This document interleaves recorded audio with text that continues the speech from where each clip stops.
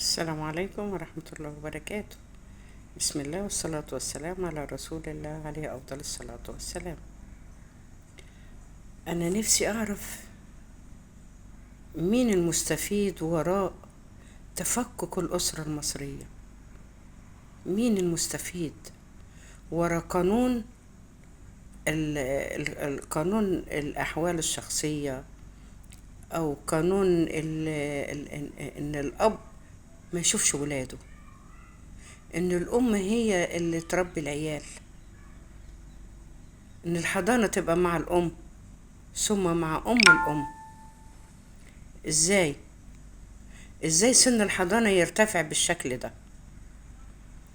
ازاي الاب ما ياخدش ولاده ويفسحهم ولو يباتوا عنده يوم ولا يومين؟ ازاي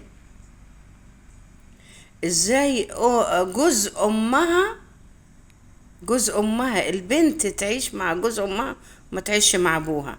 ازاي القانون ده امر بالاوامر دي كلها؟ ازاي هي الناس اللي حطوا القانون دول ما هماش مسلمين؟ ما هماش مصريين؟ ازاي يتربوا اصلا؟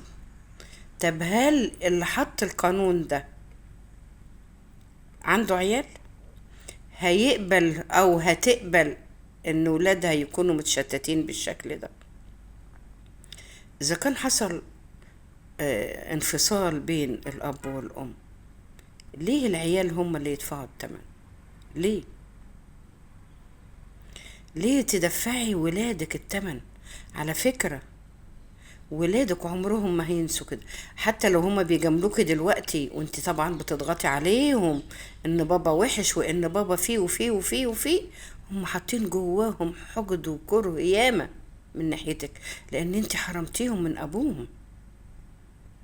هتيجي البنت لما هتكبر لازم هتحتاج ابوها، ولا هتقولي برضو خالهم هو اللي هيكون الايه الوصي، ولا اسمه ايه، وكيلها في قسيمة الزواج؟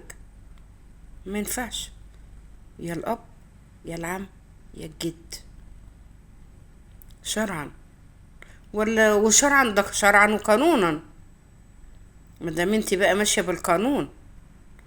وحسبي الله ونعم الوكيل في كل ام تحرم ولادها من رؤية ابوهم. حسبي الله ونعم الوكيل. ان شاء الله ربنا هينتقم منك في الدنيا قبل الاخره. السلام عليكم ورحمه الله وبركاته.